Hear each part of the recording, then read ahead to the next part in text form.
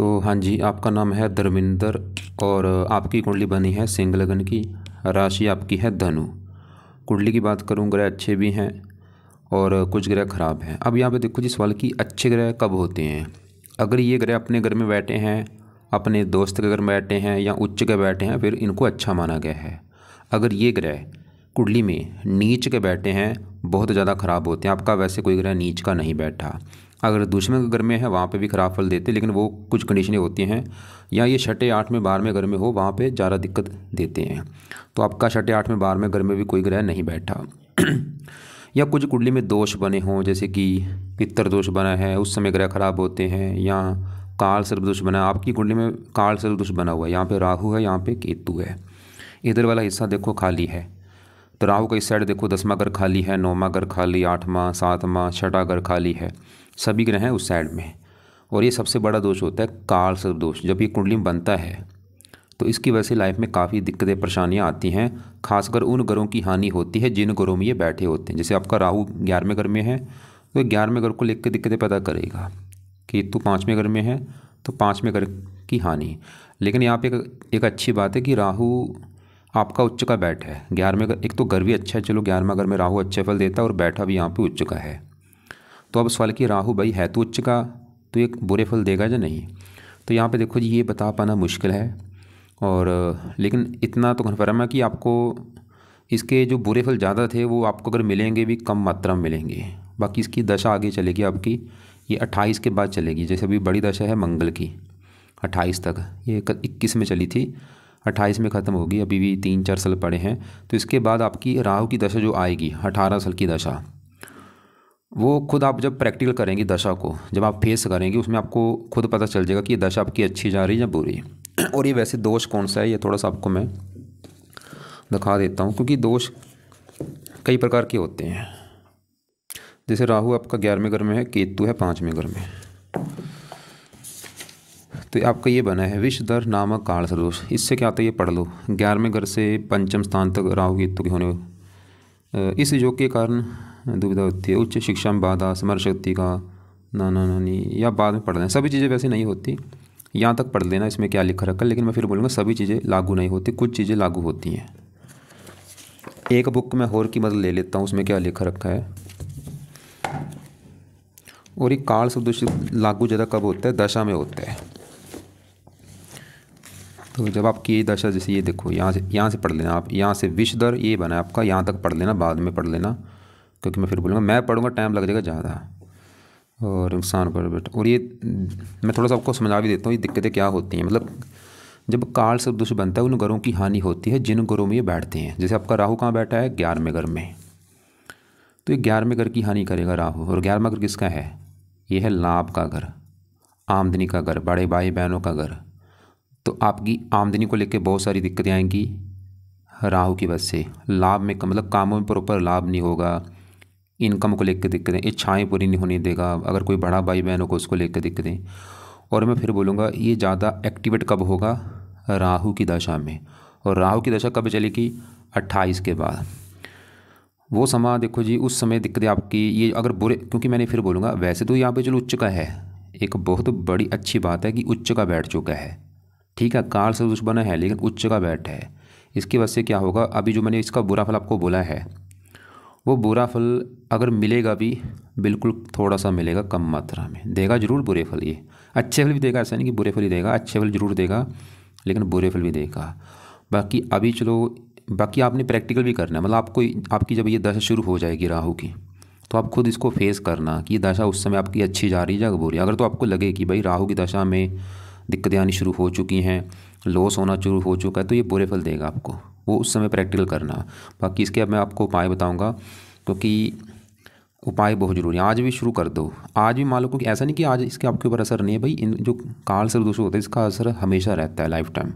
बस असर जो है वो दशा में कई गुना बढ़ जाता है। आज भी असर है। अगर आप मान लो आज भी आपको इनकम को लेकर दिक्कतें आ रही हैं कि आपकी आमदनी कम है, प्रॉफिट नहीं होता ज़्यादा आपको, तो ये कहीं ना कहीं कारण राहु है। तो राहु के उपाय आज भी ज़रूरी हैं। क्या क्या उपाय हैं, तो पहला उपाय है राहु कवच का पाठ पढ़ा करो आप, या इसको सुना करो। और राहु स्रोत का पाठ, ये 2 पाठ तो शुरू कर दो।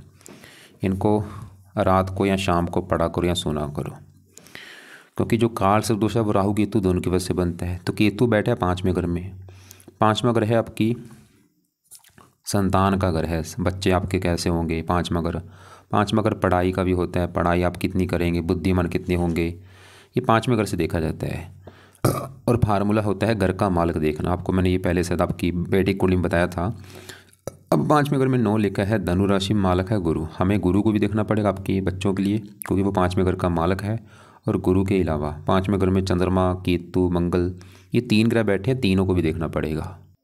और आपको मैंने जैसे भी बोला कि जब काल से दोष बनता है, राहु केतु उन ग्रहों की हानि करते हैं जिन घरों में बैठते हैं। जैसे राहु 11वें घर की हानि करेगा और केतु बैठा 5वें घर में 5वें घर की हानि करेगा। जैसे 5वां घर किसका है, संतान का, तो केतु।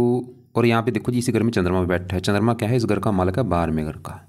और 12वें घर से खर्चा देखा जाता है, हानि देखी जाती है। तो मतलब आपके खर्चे कहाँ पे होंगे, हानि कैसी हो, ये 12वां घर है। 12वें घर में 4 लिखा है, कर्क राशि मालक है चंद्रमा। तो चंद्रमा मतलब जिस घर में बैठेगा उस घर के ऊपर आपका खर्चा ज़्यादा होगा, उस घर की हानि होगी। तो चंद्रमा कहाँ बैठा है, ये 5वें घर में बैठा है, संतान घर में। तो चंद्रमा आपके संतान के ऊपर आपका खर्चा ज़्यादा कराएगा, या संतान की हानि होना, या संतान के द्वारा आपका खर्चा होना। और इसके साथ अब केतु बैठा है यहाँ पे, जैसे, और केतु भी 5वें घर को थोड़ा सा ख़राब करेगा। वैसे केतु भी यहाँ पे उच्च का है, लेकिन केतु क्योंकि कुंडली में बना है थोड़ा सा, जैसे मैंने बोला काल सदृश बना है, तो थोड़ा बहुत तो अपन असर तो देगा। और वैसे भी चंद्रमा के साथ बैठा है, ये ग्रहण दोष भी होता है।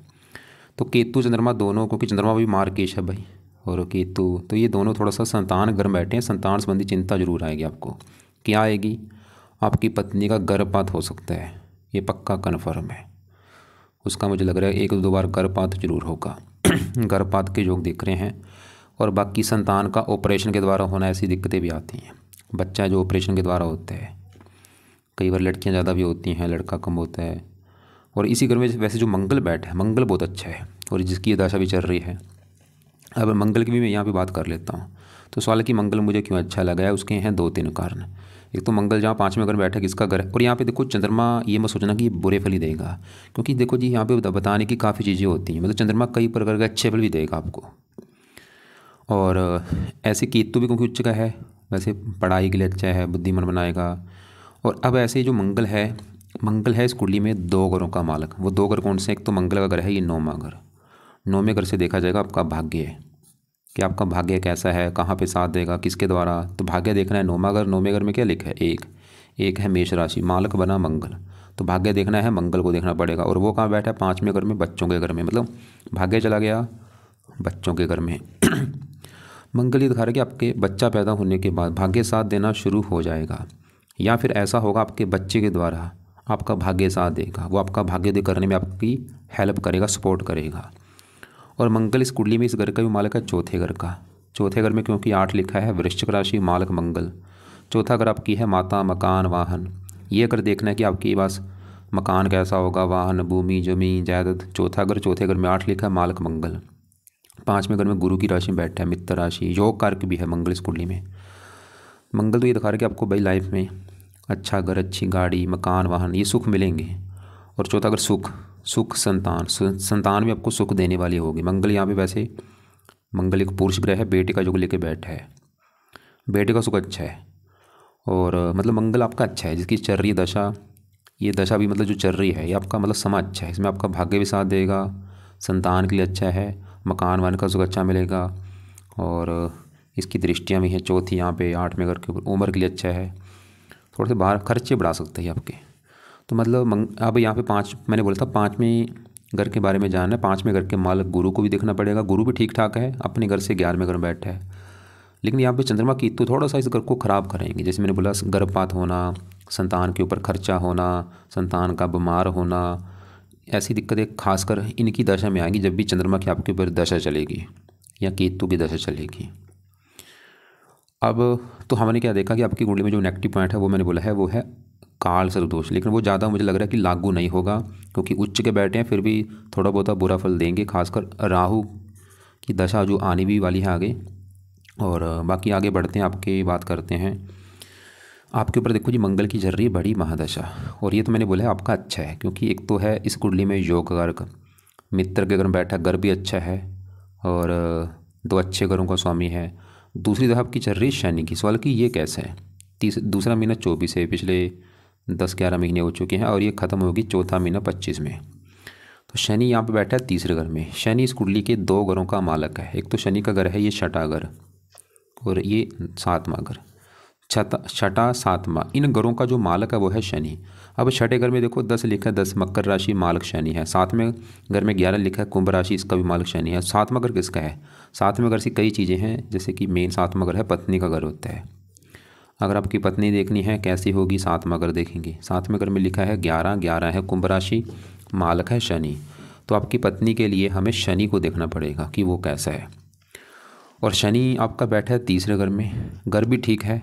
और तीसरे घर में 7 लिखा है, तुला राशि, शनि उच्च का बैठा है। जो कि मैंने आपको पहले बोला है कि ये ग्रह अगर उच्च के बैठे हैं, उच्च के ग्रह बहुत अच्छे होते हैं। आपका देखो राहु उच्च का है, केतु उच्च का है। राहु केतु ने बहुत अच्छे फल देने थे, लेकिन ये जो गड़बड़ क्या हो चुकी है, काल सदृश बन चुका है। बाकी शनि भी उच्च का है, तो शनि उच्च का है तो जहर सी बात अच्छे फल देगा। किस मामले में, पत्नी घर का मालक है, पत्नी के लिए अच्छा है। 7वें घर से 9वें घर में बैठा है, पत्नी के आने के बाद भी आपका भाग्य साथ देना शुरू हो जाएगा। लेकिन शनि, ऐसे मैंने कुंडलियाँ देखी हैं, ऐसे लोगों का विवाह देरी से होता है, उम्र निकल जाने के बाद। आपका विवाह देरी से होगा, लेकिन पत्नी के आने के बाद आपको फ़ायदा भी होगा, भाग्य भी साथ देगा। पत्नी का सुख अच्छा है वैसे। और तीसरे घर का अच्छा करेगा आपको, मेहनती, साहसी, पराक्रमी। छठे घर का भी मालक है, ननिहाल के लिए अच्छा है, जो आपका ननिहाल होगा। और भी काफ़ी चीज़ें देगा अच्छी। और अब देखो जी, आगे बढ़ते हैं। यहाँ पे चौथे घर में बुध, सूर्य, शुक्र की मैं बात करता हूँ। पहले मैं शुक्र की बात करता हूँ। शुक्र है इस कुंडली में इस घर का मालक 10वें घर का। देखो 11वां घर तो है काम काज से जो लाभ होगा वो 11वां घर है, लेकिन 10वां घर है काम काज की। काम काज क्या करेंगे, काम काज करेंगे, बिजनेस करेंगे, 10वां घर देखना पड़ेगा। 10वां घर पिता का भी है, सरकार का भी है और मान प्रतिष्ठा। और फार्मूला है घर का मालक देख लो। 10वें घर में लिखा है 2 है, वृष राशि, मालक है शुक्र। हमें देखना पड़ेगा शुक्र को कि शुक्र कैसा है। शुक्र देखो जी बैठा है चौथे घर में, और चौथे घर में जो 8 लिखा है ये है मंगल का घर, जो कि शुक्र मंगल का है दुश्मन। और ये एक अच्छी बात नहीं है। और ये अस्त भी बैठा है मृत अवस्था में। तो अब सवाल कि शुक्र अच्छा है या बुरा है। देखो जी, शुक्र आपको, इसकी दृष्टियां हैं, इसकी 7वीं दृष्टि पड़ रही है। यहाँ बैठा चौथे घर से है। चौथे घर से अपनी सभी ग्रहों की दृष्टि होती है, कईयों की 3 दृष्टियाँ होती हैं, कईयों की 2-4 होती हैं। शनि की 7वीं दृष्टि पड़ेगी चौथे घर से 10वें घर के ऊपर। और 10वां घर किसका, शुक्र का अपना घर है। मतलब शुक्र आपको अच्छा फल देगा। क्या देगा, ये अपने घर को देख रहे 10वें घर को। तो 10वें घर का अच्छा कर रहा है शुक्र। 10वां घर किसका है, काम काज। तो शुक्र आपको काम काज का सुख अच्छा देगा। और कौन सा काम काज, शुक्र के जुड़े काम काज।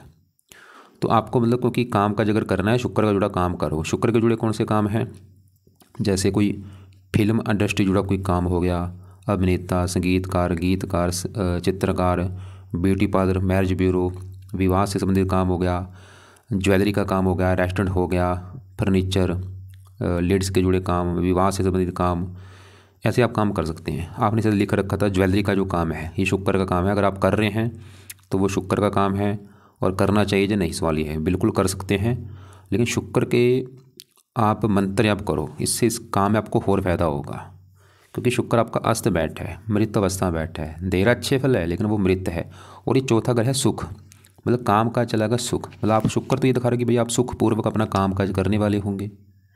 शुक्र वैसे चौथे घर का कारक भी, चौथे घर का अच्छा भी करेगा। ये चौथे घर का भी अच्छा कर देगा, मतलब आपको मकान वन का सुख भी दे देगा शुक्र। लेकिन ये अस्त बैठा गड़बड़ी हो रही है। और तीसरे घर का मालक भी है मेहनत। मेहनत के बल पर आप मकान वन का सुख प्राप्त करेंगे, शुक्र ही दिखा रहा है। तो यहाँ पे मैं शुक्र का आपको एक मंत्र आप करने के लिए बोलूँगा, ताकि अगर इसका मंत्र आपने शुरू कर दिया भाई, जो आप काम कर रहे हैं ज्वेलरी का काम, वो बहुत ज़्यादा चलेगा। और भी अगर आप मतलब जो भी काम काज करोगे, और काम काज करना है, कोशिश करना शुक्र के जुड़े ही काम करना। तो शुक्र के जुड़े कामों से आपको फ़ायदा भी होगा। जो काम है ज्वेलरी का काम, उसमें भी आपको फ़ायदा होगा। और भी कई फ़ायदे होंगे। ये पत्नी का भी कार्य का, पत्नी के लिए अच्छा है। मकान वन का सुख बढ़ेगा और आपका। तो इसका बल कैसे बढ़ेगा, वो है इसका मंत्र आप किया करो। और इसका मंत्र है ओम शुम शुक्राय नमः। माला से करना है, चाहे 1 माला कर लो, 2 कर लो, 3 कर लो, करना है। कब करना है, ये आप शाम को कर लिया करो या रात को। क्योंकि शुक्र दिखता कब है, खासकर रात को ही दिखता है। तो रात को कर सकते हो, क्योंकि अभी सुबह के आपको मैं कुछ और उपाय बताने, वो सुबह आप कर लेना। तो शुक्र का मंत्र आपने रात को करना है या शाम को कर लेना। माला से करना है, शुक्रवार से शुरू कर लेना। और अब इसी घर में शुक्र के साथ सूर्य बैठा है। सूर्य भी आपका बहुत बड़ा अच्छा है। क्यों अच्छा है? क्योंकि चौथे घर में बैठा है, मंगल का ग्रह है, मित्र की राशि है, और इस कुंडली, ये सूर्य इस कुंडली का मालक भी है, लग्नेश भी है, कई कारणों से अच्छा है। योग कारक हो गया, मित्र की राशि है। अब सूर्य इस कुंडली में है, इस घर का मालक पहले घर का, और पहले घर से जो कुछ देखा जाएगा उसके लिए सूर्य को देखना पड़ेगा। पहला घर आपका शरीर, हेल्थ, स्वभाव, रंग रूप, पर्सनैलिटी, सर, मस्तक, ये हम पहले घर से, और पहले घर में 5 लिखा है, सिंह राशि, मालक सूर्य है। और सूर्य क्योंकि अच्छा, सूर्य आपके पहले घर का अच्छा कर देगा, आपका मतलब शरीर अच्छा, हेल्थ, स्वभाव, रंग रूप, पर्सनैलिटी अच्छी, और ये चौथे घर का भी अच्छा कर देगा। चौथा घर है मकान वाहन, तो सूर्य की वजह से भी आपको मकान वाहन का सुख अच्छा मिलेगा। 7 मिष्टि पड़ रही 10वें घर के ऊपर। सूर्य के जुड़े भी आप काम कर सकते हैं। जब भी सूर्य 10वें घर में होता है, जब 10वें घर को देखता है, ऐसे लोग सरकारी नौकरी में भी होते हैं, या सरकार से जुड़े भी कोई काम कर सकते हैं, या ऐसे लोग राजनीति में होते हैं। खासकर ये सूर्य की दशा में आपकी चीज़ें बढ़ेंगी। पिता के लिए अच्छा है, मान प्रतिष्ठा अच्छी। और आपने बोला था इसका रत्न आपने दान कर रखा है, वो कर सकते हैं रूबी रत्न, क्योंकि ये 2 डिग्री का बैठ, इसकी जितनी पावर बढ़ेगी उसको उतना ही इसका अच्छा बढ़ेगा। तो रूबी जो रत्न है आपने इस रिंग फिंगर में दान करना है। इसको या तो सोने में कर लेना, या पित्तल में, या तांबे में, और शुक्ल पक्ष के पहले संडे को सुबह के टाइम, सुबह 7:15 बजे धारण कर लेना। वैसे आपने कर ही रखा है, ठीक है। या मैं सिर्फ आपको फिर बोलूँगा, मैं शॉर्टकट में आपको चीज़ें बता रहा हूँ, गहराई में जाऊँगा क्योंकि वीडियो देखो काफ़ी लंबी हो जाएगी। अब आगे इसी घर में बुध बैठ है। सवाल कि बुध कैसा है? बुध भी कई कारणों से अच्छा है। पहला कारण है कि बुध के साथ जब शुक्र बैठता है, बुध शुक्र जब एक साथ बैठते हैं, एक योग बनता है जिसे कहते हैं लक्ष्मी नारायण राजयोग। और ये लक्ष्मी नारायण राजयोग का फ़ायदा क्या होता है? सुनने से लग रहा है लक्ष्मी मतलब पैसा, तो ये आपको पैसे वाला बनाएंगे। मतलब ये जब योग बनता है, ऐसे लोग पैसे वाले होते हैं। लक्ष्मी नारायण राजयोग, बुध शुक्र के साथ बैठे हैं। अब साथ में इसके सूर्य बैठा है, बुध दित्ता योग भी बना हुआ है, ये भी एक कारण हो गया। बैठा ठीक है, चौथे घर मंगल ग्रह है, दुश्मन की राशि, लेकिन फिर भी ये योग जो बने, मैंने आपको पहले बोला था, कई कंडीशनें होती हैं, देखनी पड़ती हैं। और बुध इस कुंडली के 2 मेन घरों का मालक है, जो मेन घर है। जैसे कि एक तो बुध घर इस कुंडली में मालक है इस दूसरे घर का, और दूसरा घर है आपकी कुंडली में धन जोड़ने का। अगर आपके धन की स्थिति जाननी है कि कितना धन जोड़ेंगे, धन जोड़ने का मतलब पैसे के रूप में भी होता है, चाहे आपने एफडी करा ली है, आरडी करा ली, जहाँ आपने कोई गोल्ड लिया है, चांदी ली है, उसके रूप में भी होता है। तो कितना धन जोड़ेंगे? दूसरे घर में 6 लिखा है, कन्या राशि, मालक बुध, और वो बैठा चौथे घर में मकान वाहन, मतलब धन जोड़ना, मकान वाहन। आपको मकान वाहन के रूप में भी धन आप जोड़ेंगे, जहाँ मतलब आपके पास मकान वाहन के रूप में भी धन होगा। जैसे कईयों के पास होता है कि ज़मीन होती है, उसके रूप में धन होता है, तो आपके पास ऐसा होगा। मतलब आपके पास या तो मकान वाहन के रूप में भी धन होगा, बुध ही दिखा रहा है, या उसके द्वारा आपको धन मिल सकता है। मकान को आप किराए के रूप में चढ़ा सकते हैं, उससे धन आना, ये बुध दिखा रहा है। और बुध इस कुंडली में इस 11वें घर का भी मालक है, जहाँ ये राहु बैठा है। और 11वां घर मैंने बोला था लाभ का है, आमदनी, बड़े भाई बहन, खासकर इनकम। और 11वें घर में 3 लिखा है, मालक बुध। तो बुध तो ये दिखा रहा है कि आपकी भाई इच्छाएँ पूरी होंगी, धन लाभ होगा, धन की कमी नहीं रहेगी। लेकिन बुध भी यहाँ पे गड़बड़ कर रहा है कि बुध आपका एक तो भाई अस्त बैठा है मृत अवस्था में, वो ऊपर से 1 डिग्री का बैठा है, बच्चे के रूप में बैठा है, बल ही नहीं है उसमें। मतलब अच्छे फल दे रहा है जरूर, लेकिन अच्छे फलों का जो लेवल है वो कम है। जो अच्छे फल इतने देने से चाहिए थे आपको, वो मिल रहे हैं बस थोड़े से। मतलब धन ही बना रहा है लेकिन कम मात्रा में। लेकिन अगर आप चाहते बुध का बल बढ़ जाए, और बल बढ़ने से क्या होगा? सबसे बड़ा फ़ायदा, आपकी लाइफ में धन बढ़ना शुरू हो जाएगा, इनकम बढ़नी शुरू हो जाएगी, इच्छाएँ पूरी होनी शुरू हो जाएंगी। तो बुध के भी आपने 2 उपाय करने हैं। पहला उपाय, बुध का भी मंत्र आप किया करो, ये भी आप 1-2 माला जितना कर सकते हो करो। शुक्र का मंत्र मैंने क्या बोला था? ओम शुम शुक्राय नमः। बुध का मंत्र है ओम बुम बुद्धाय नमः। ये दोनों मंत्र एक साथ कर लिया करो। मतलब जब भी बैठोगे दोनों मंत्र एक साथ कर लो। मतलब पहले शुक्र के मंत्र कर लो जितना माला कर सकते हो, उसके बाद बुध का मंत्र कर लो। और बुध का दूसरा उपाय है, बुध का रत्न है पन्ना, वो भी आप धारण कर सकते हैं, पन्ने रत्न को। लेकिन आपने सूर्य के रत्न, सूर्य के रत्न के साथ हम बुध का पन्ना आप धारण कर सकते हैं। हरे कपड़े ज़्यादा पहना करो।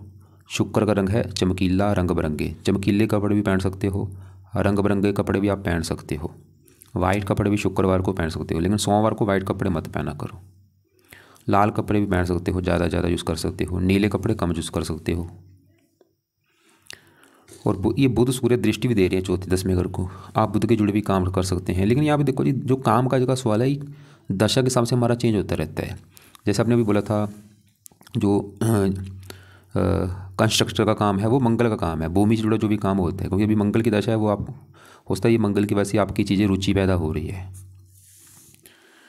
और बाकी यहाँ पे तीसरे घर में गुरु, ये 8वें घर का मालिक, 8वें घर से 8वें घर में उम्र के लिए अच्छा है, और 5वें घर से 11वें घर में संतान के लिए अच्छा है, 5वें यहाँ पे पत्नी के लिए अच्छा है, लेकिन ये भी अस्त बैठ है।